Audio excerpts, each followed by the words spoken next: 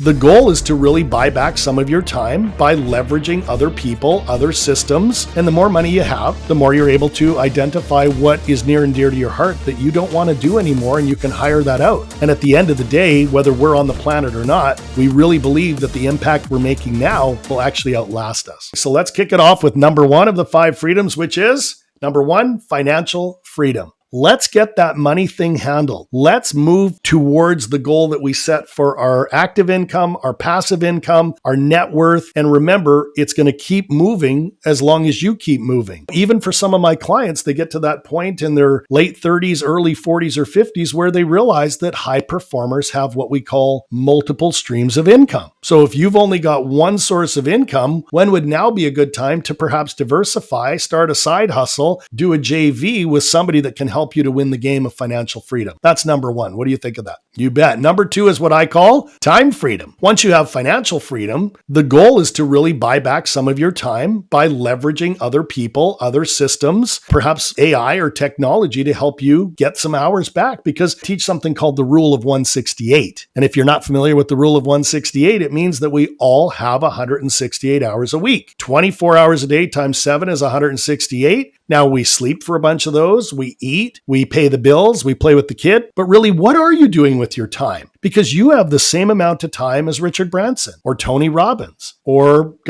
even Elon Musk. And so when people say, I don't have time, or God, I'll start that 5 years from now, I always go back to how bad do you want the financial freedom and the time freedom? What do you think of number 2? And that could be something simple like a gardener take care of your landscaping around your house, or a chef helping you with food prep, or somebody doing your taxes instead of you sitting down and doing them. There's always things that we can leverage. And the more money you have, the more you're able to identify what is near and dear to your heart that you don't want to do anymore, and you can hire that out. So that's really number 2. And that takes us to number 3 of the 5 freedoms, which is location freedom, right? Location freedom. And that's something I've worked hard at as we have coaching businesses, consulting businesses, speaking businesses.